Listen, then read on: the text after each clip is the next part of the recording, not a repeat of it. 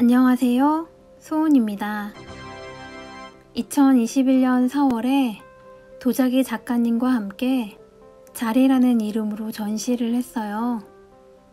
장소는 북촌의 가고싶어 갤러리였고, 북촌 골목의 한옥 갤러리로 한옥에 작은 화단도 있어 아기자기한 고즈넉함이 있답니다.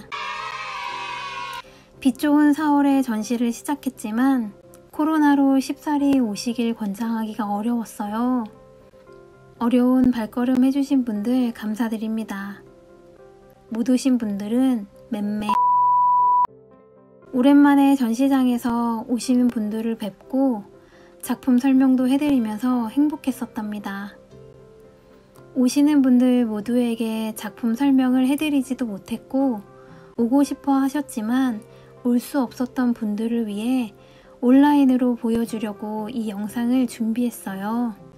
참고로 도자기 작가님과 함께 했지만 자세한 작품 설명은 작가에게 직접 듣는 것이 좋기에 이 영상에는 제 작품만 준비했습니다. 전시 주제는 자연이었어요. 꽃, 나무, 산, 그리고 그 안에 살아가는 동물들을 살펴보다 내가 사는 곳에 자연이 있다고 생각했는데 자연 속에 내가 살고 있더라고요. 자연을 자세히 보고 지켜나가고 싶은 마음과 제가 할 수 있는 글씨 쓰는 일로 어떻게 할 수 있을까 고민하다가 꽃글씨를 만들게 되었다고 동백 꽃글씨 영상에서 이야기했었죠. 꽃이라는 글자의 형태를 기본으로 꽃을 이루는 씨앗, 잎, 줄기 등과 피고 지는 환경을 고려해서 그림으로 쌍기역, 오, 치읓, 획을 만들어 꽃 글자를 쓴 것이 꽃글씨예요. 동백, 튤립, 붓꽃, 양귀비, 초롱꽃, 코스모스, 아마, 상사화, 수선화, 섬노루기, 작약, 이렇게 11개의 꽃글씨 영상을 보여드렸었죠. 재생 목록에 묶어두었습니다. 그동안 같은 꽃도 수십 장 그리고 쓰며 가장 잘된 작업으로 골라서 전시장에 걸었어요. 요즘 워낙 카메라가 좋아서 사진이나 영상으로도 자세히 잘 보이지만 전시장에서 보는 화선지의 질감, 물감의 색과 결, 글씨의 동선 등 직접 보는 맛은 또 다르답니다. 다음엔 오시라는 압박입니다. 이번 전시에서는 총 6개의 작품을 새로 했어요. 우리나라에서 자생하는 야생화로요. 지난 1월 고성에서 보내며 설악산에도 가고 그 주변도 열심히 다녔는데 기억이 좋게 남아서 설악산에 피는 야생화를 찾아서 작업했어요. 이 꽃글씨는 산솜다리 꽃글씨예요. 산솜다리 꽃은 돌 사이에 피는 아주 작은 야생화예요. 꽃색은 초록색인데 흰색 털로 덮여 있어요. 꽃말이 소중한 추억이래요. 내가 사람에게 영향을 미치고 사람들도 나에게 영향을 주고 해서 산솜다리 꽃글씨 말은 사람이 나를, 내가 사람에게 예요.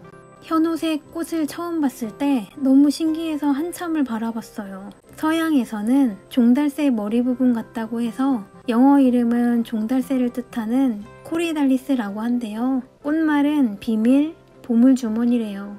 나아가기 위해선 괴로움도 마주해야 선물 같은 길이 생긴다고 생각하며 현오색 꽃글씨 말은 괴로움을 마주한 선물이에요. 범꼬리 꽃은 강아지 풀처럼 무리지어 피더라고요. 강아지 풀보다 키가 매우 큰 편이에요. 그래서 꽃말이 키다리래요. 저는 성이 왕씨여서 왕서방, 왕방울, 왕사탕 이런 원초적인 별명으로 시작해서 다양한 별명을 거쳐 지금 쓰고 있는 호는 소은이에요. 따뜻한 사람이라는 뜻으로 서예과 다니던 시절 존경하는 교수님께서 지어주신 거예요. 이렇게 별명, 애칭, 호 등으로 불리면 부캐처럼 나의 다양한 면을 이름에 따라 살아가는 것 같아서 범꼬리 꽃글씨 말은 나를 부르는 여러 호칭은 나를 다양하게 살게 한다 입니다. 이렇게 30에 30cm의 소작은 꽃글씨로 세 작품을 했어요. 전시병마다 주제가 있어 100cm 사이즈의 작품은 산, 나무, 동물 주제로 작품을 준비했습니다. 이제 제 작품은 그림 같지만 글씨가 있다는 것 이미 눈치채셨죠? 이 작품의 글자는 무엇일까요? 설악산에 정약나무가 살고 있는데 한국의 라일락이라고 불린다고 해요. 꽃이 정말 라일락과 비슷하게 생겼더라고요.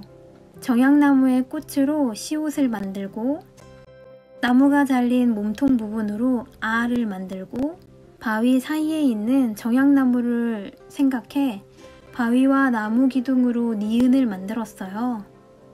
산 글자 보이시나요? 정약나무의 꽃말은 위험이래요. 산에 가면 높고 넓은 산들은 보기만 해도 위험이 있죠. 생각들을 정리하다 보니 산은 언제나 있다라는 말을 쓰고 싶었고 줄여서 산은 있다를 쓰다가 달을 오른쪽으로 빼서 쓰고 나니 산달을 포함한 문장이 되더라고요. 더 확장되는 이야기가 되는 것 같아 글자 구성을 보시는 것과 같이 썼답니다. 역시 이 작품은 주제가 나무였어요. 쑥부쟁이 꽃으로 세로로 두 글자를 만들었는데 눈치채셨나요? 와우. 쑥부쟁이 꽃말은 평범한 진리래요. 우리는 늘 특별한 것에 집착하게 되잖아요. 요즘 느끼는 건데 평범하게 살아가는 것이 특별한 것이었더라고요. 나무는 심어진 자리에서 자라고 눈이 오나 비가 오나 구름이 지나가나 주어진 자리에서 살아가잖아요. 그렇게 주어진 자리를 지키면서 살아가고 싶은 마음으로 이 작품을 했답니다. 저는 예전에 한 사람의 이미지를 한 방향으로만 생각하고 저 사람은 이래, 이 사람은 이래 라고 쉽게 단정해서 오해하는 경우가 종종 있었는데 그렇지 않잖아요. 꽃도 앞, 뒤, 옆 등 많은 모습이 있어 이 작품에서 한 꽃의 여러 면을 보여주고 싶었어요. 이 작품을 전시장에서 설명해 드렸던 분 중에 눈시울을 붉히는 분이 계셨답니다. 위로가 되셨는지 모르겠지만 전 위로와 응원이 되었습니다. 마지막으로 동물을 주제로 한 작품이에요. 요즘 환경의 심각성으로 많은 보도와 방송들을 보니 동물에게도 큰 영향을 미치고 있더라고요.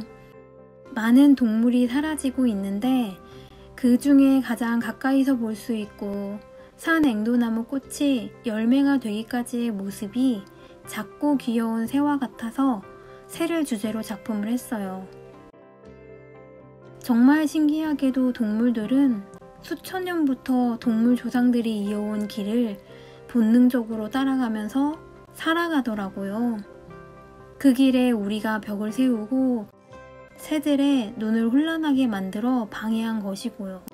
산 앵도나무 꽃말은 오로지 한 사랑이래요.